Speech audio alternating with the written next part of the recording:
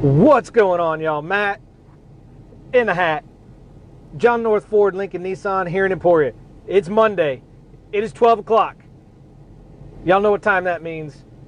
It is time for Car Confessions.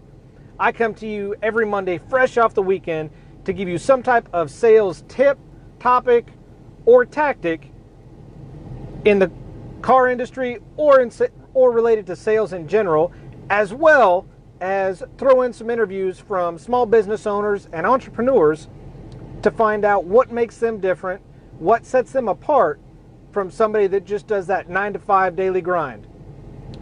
This week, this episode is inspired by my wife. Yes, babe, I love you, but your road rage is ridiculous. That's why I drive, because I don't have a death wish. So we are talking about road rage. Here are 7 things that you need to know. We've all done it. We've all been there. It's happened to each and every one of us. We've honked on the horn. We've given some gesture to people, typically half the peace sign. We've cut people off. We've brake checked them. We've tailgated them. We've done it all in an effort to get our point across. Sometimes it ends well. Sometimes it doesn't end well. Hopefully, nobody watching this has been in some type of accident or lost a loved one because of a road rage incident, because ultimately, when you think about it, it's ridiculous. It happens. It's part of daily life, especially in larger cities, doing that daily commute. So, first thing you need to remember, right versus wrong. This is irrelevant when it comes to road rage. There should be no right. There's no right or wrong. No right versus wrong, because number one factor is going to be safety. Safety for you, safety for the loved ones riding with you, safety of those other drivers and other passengers in vehicles going down the same road that you are.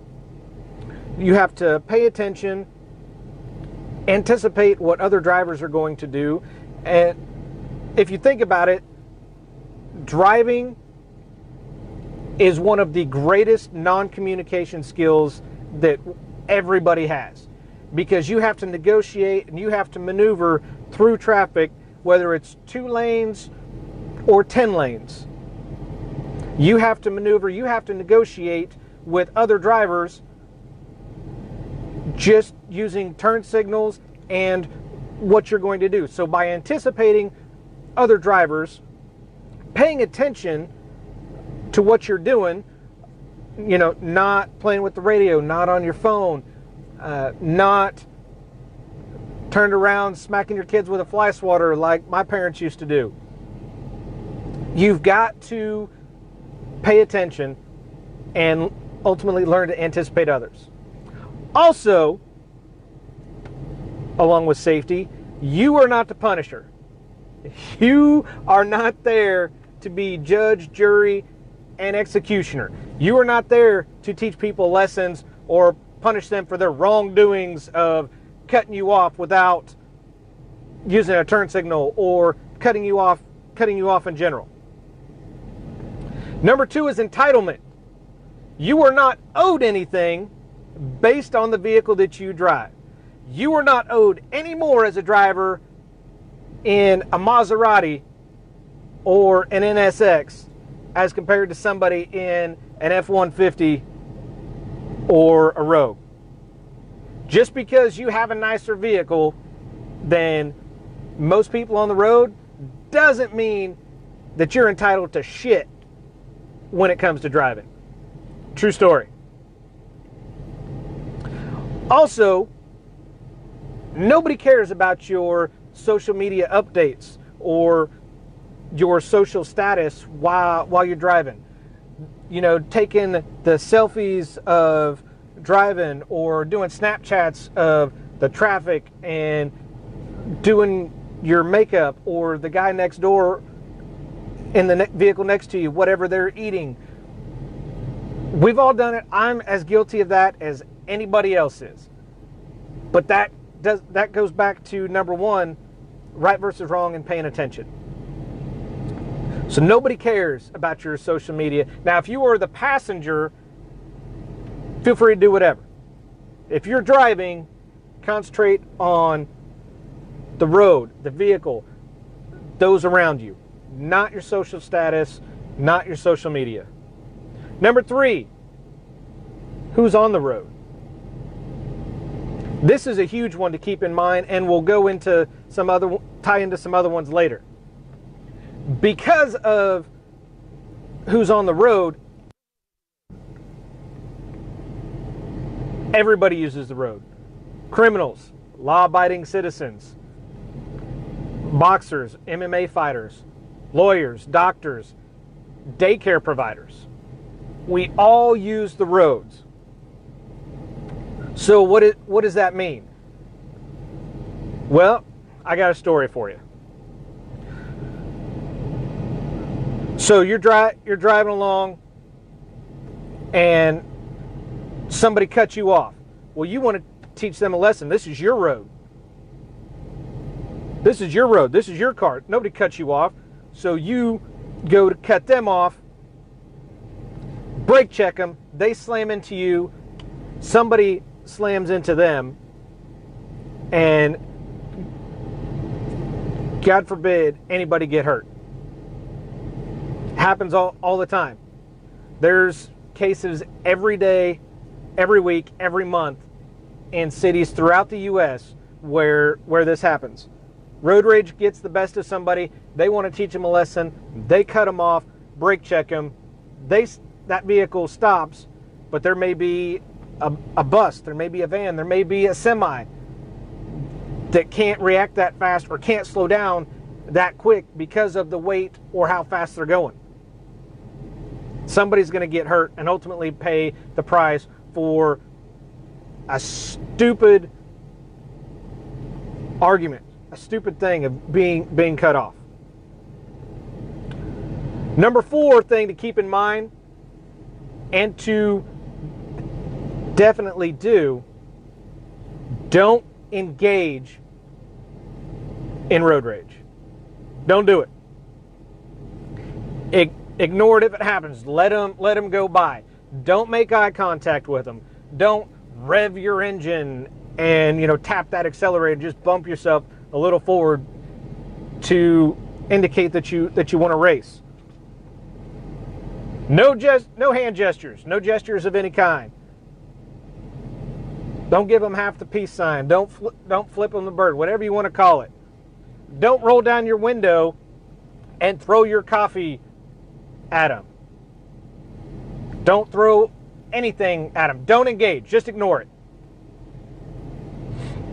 By ignoring it and just letting them drive by, no eye contact, just letting them be ignored, you don't know what's going on in that vehicle. Maybe they have had a bad day. Maybe they just got off work and you just happen to set them off, and now they're on a mission to make your life hell. By ignoring it, they're going to lose interest. They're going to go by because you're not engaging with them.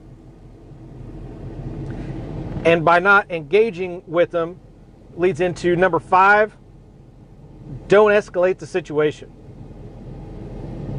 By engaging with them, flipping them off, that's going to escalate the situation because now you have that person's undivided attention. They are going to do whatever they can, whether that's racing, whether it's swerving over to get your attention like they're going to bump you, whether it's brake checking you. You have now engaged by escalating that situation. It's not a race. Unless it is. Sometimes my wife and I will race home to see who gets the better spot in the driveway. We do it on occasion, not very often, but we're both very competitive people, and I don't mind her getting a better spot in the driveway because then I get to block her in and she can't leave till I leave. So who ultimately wins? This guy. Also, keep in mind, by escalating the situation, Who's in the back seat with you? Who's in the vehicle with you? Your kids, grandkids are always watching.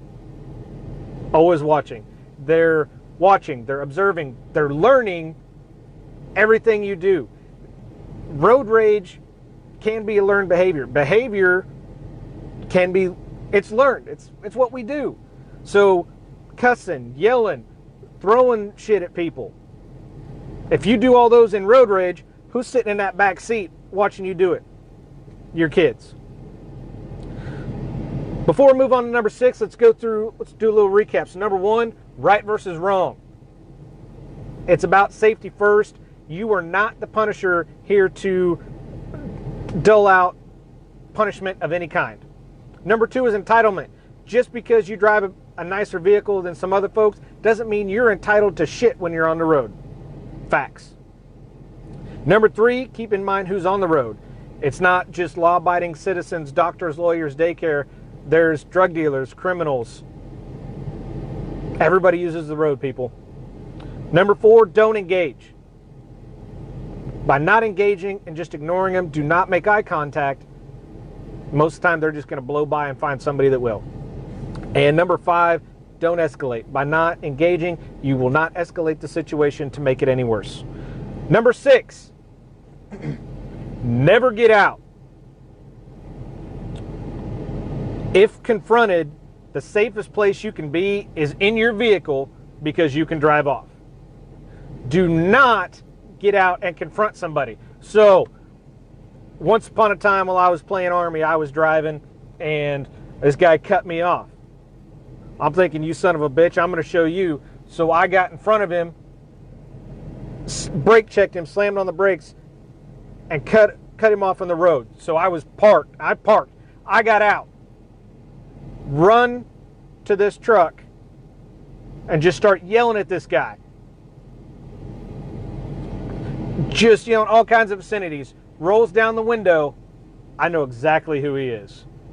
He gets out. He is my Command Sergeant Major. Command Sergeant Major Lamar. 6'5", 265 pounds. His arms were big around than my legs. Did he beat my ass? No, I wish he would have. It would have been easier. I worked for him out of the kindness of my heart for the next month, doing odds and ends and anything he wanted me to do around the company and the battalion area. He owned me for an entire month and only had to give me 4 hours of sleep by regulation. So he pushed every bit of that. If somebody needed something done in another company area, guess who was doing it? Me. All because, and that ended well. I mean, let's face it, that ended well. How many stories do you hear somebody gets out and confronts somebody else in a road rage, gets stabbed, gets shot, gets run down? I got off lucky. I will gladly work out of the kindness of my heart. Like I said, I'd rather him beat my ass. It would have been easier and it would have been over faster. Finally, number 7. Do not go home. If you think that somebody is following you, if you engage, if you ignored everything that we've covered so far, and you think somebody's following you, the worst thing you can do is go home and they find out where you live. My wife thinks I'm paranoid, but is it paranoia if it actually happens? Think about it.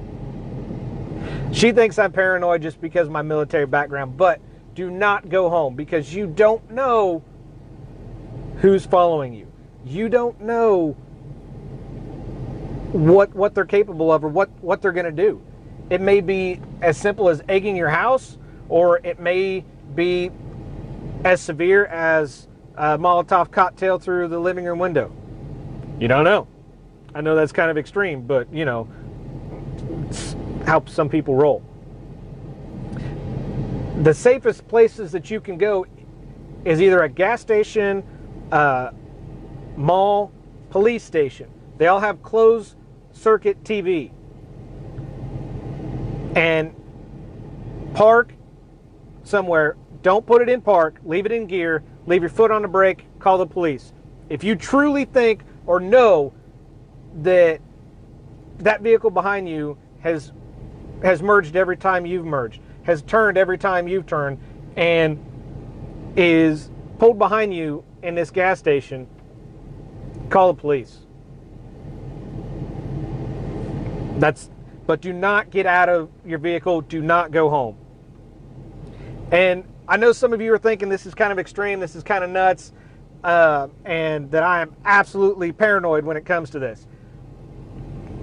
Maybe some of you are right. But just in case, here's a little bonus for you.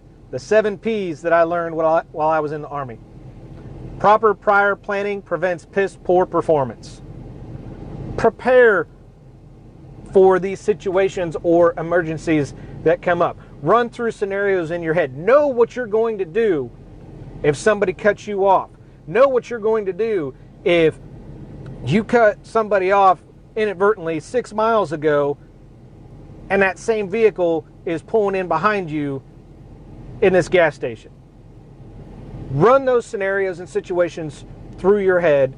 Know what to expect. Know what could potentially be going down.